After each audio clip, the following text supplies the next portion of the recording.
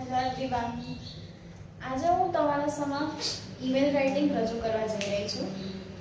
Section E માં 5 માર્કમાં પૂછાયેલો email March 2023 નો email મેં અહીંયા લીધેલો છે. તેની સમજૂતી મેળવીશું આજે આપણે.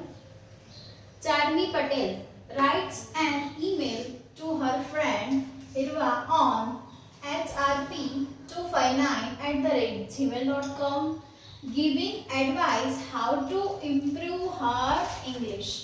અહીંયા ચાર્મી પટેલ રાઇટ્સ તો ચોખ્ખું આપેલું છે એટલે આપણને તૈયારીમાં ખબર પડી જાય કે ઈમેલ કોણ લખવાનું છે. ચાર્મી પટેલ લખી રહી છે.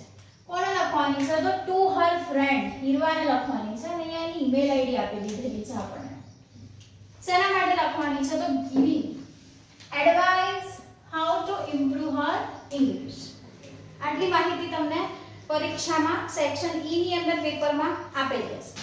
હવે આપણે ઈમેલની શરૂઆત કઈ રીતે કરશું તે જોવા જઈ રહ્યા છીએ. તે જોઈશું. સૌથી પહેલા આપણે ફ્રોમ લખીશું.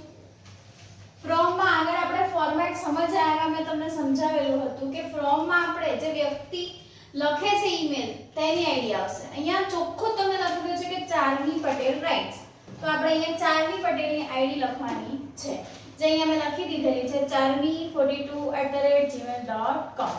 આવી રીતે તમને એક્ઝામમાં કોઈનું પણ નામ આપેલું હશે જેની આઈડી તમારે જાતે બનાવવાની રહેશે. અને ખાસ વાત એ યાદ રાખવાની છે કે આઈડી લખતી વખતે દરેક લેટર સ્મોલ લેટર્સ જ હોવા જોઈએ.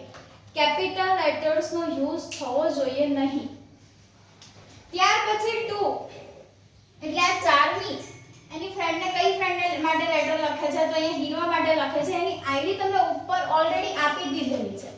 બને ત્યાં સુધી ઈમેલ રાઇટિંગ ની અંદર 2 માં જે વ્યક્તિ હશે ને એની આઈડી ઓલરેડી તમને આપી જ દીધેલી હોય છે, તો એ તમારે ઉપરથી જોઈને જ ડાયરેક્ટલી લખવાની હોય છે, same to same.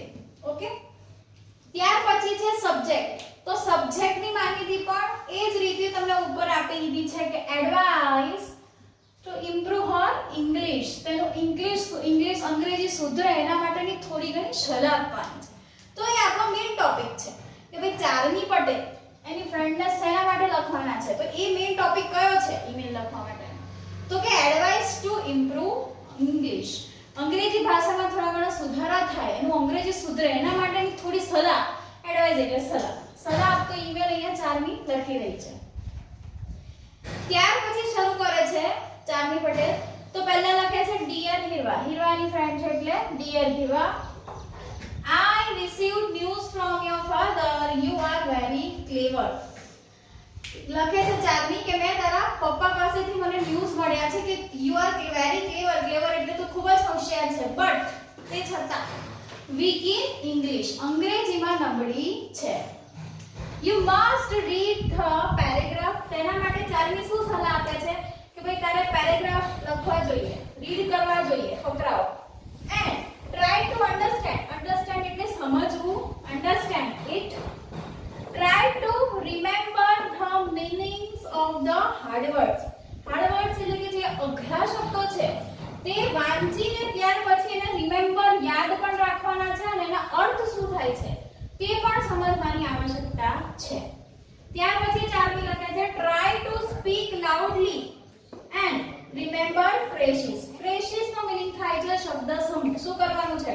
try to speak loudly જોરથી લાઉડલી વાંચન કરવું અને remember phrases શબ્દ સમૂહો યાદ રાખવા વાંચી. આ રીતે આખો ઈમેલ રજૂ કરે છે ચાર્મી પટેલ દ્વારા. અહીંયા મેં આટલા પોઈન્ટ્સ તમારી સમક્ષ રજૂ કર્યા છે. આનાથી વિશેષ તમે શબ્દો એડ કરી શકો છો. હજી આગળ લખવું હોય તો લખી શકો તમારી લેંગ્વેજીસમાં. ત્યાર પછી લાસ્ટમાં આવશે યોર લવિંગલી. તેની મિત્ર જ છે એટલે લખ્યું છે લવિંગલી અને અંતમાં તમારું નામ. તમારું નામ એટલે કે જે વ્યક્તિ લખે છે એનું નામ. ઉપર ફર્સ્ટમાં રાઇટ્સ ની પહેલા જે નામ આવતું હશે ને એ જ નામ અહીંયા નીચે આવશે. ઓકે. તો આ છે આપણો માર્ચ 2023 નો ઈમેલ. આશા રાખું છું કે તમને સારી રીતે સમજાઈ ગયો હશે. જો તમને સારી અને સરળ રીતે સમજ પડી હોય તો અમારી ગણેશ ક્લાસીસ ચેનલને લાઈક, શેર અને સબસ્ક્રાઇબ કરવાનું ભૂલશો નહીં. Thank you everyone.